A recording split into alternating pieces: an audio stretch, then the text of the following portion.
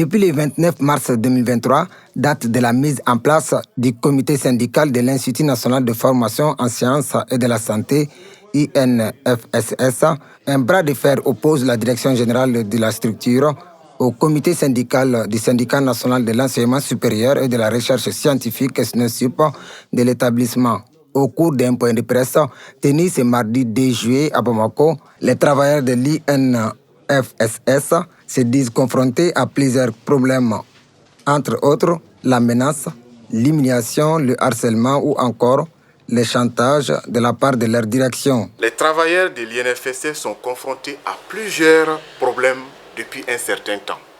Alors, dans sa volonté de faire taire toute voix discordante, la direction va jusqu'à s'en prendre aux membres du bureau du comité SNESUP de l'INFSS, légalement et légitimement mis en place par les travailleurs.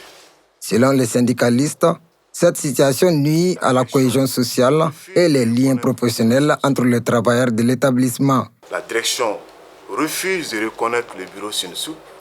La direction organise une assemblée générale et après nous constatons des mutations, sanctions. Les syndicats n'accepteraient jamais cette situation et se donnera tous les moyens légaux pour faire face aux dangers qui menacent l'existence même de l'INFSS. Les conférenciers dénoncent également la mauvaise gestion de l'Institut national de formation en sciences de la santé. Les réalités de l'INFSS peuvent se résumer en 2 points. Premier point, un climat social effrité. Deuxièmement, une mauvaise gouvernance.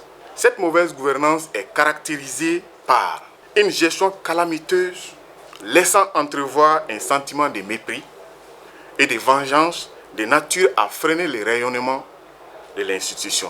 Le comité exécutif national du syndicat national de l'enseignement supérieur et de la recherche scientifique SNESUP ne compte pas rester indifférent face à cette situation. Et ses camarades, des personnes ayant servi 16 ans, 22 ans, 28 ans, 15 ans à l'Institut. Et nous regrettons également une certaine situation que nous avons appelée des mutations-sanctions. Nous interpellons ici le gouvernement, s'il faut qu'on arrête totalement le travail au niveau de l'enseignement supérieur pour que des solutions puissent être trouvées à ce problème. Nous n'allons pas hésiter une seule seconde à le faire.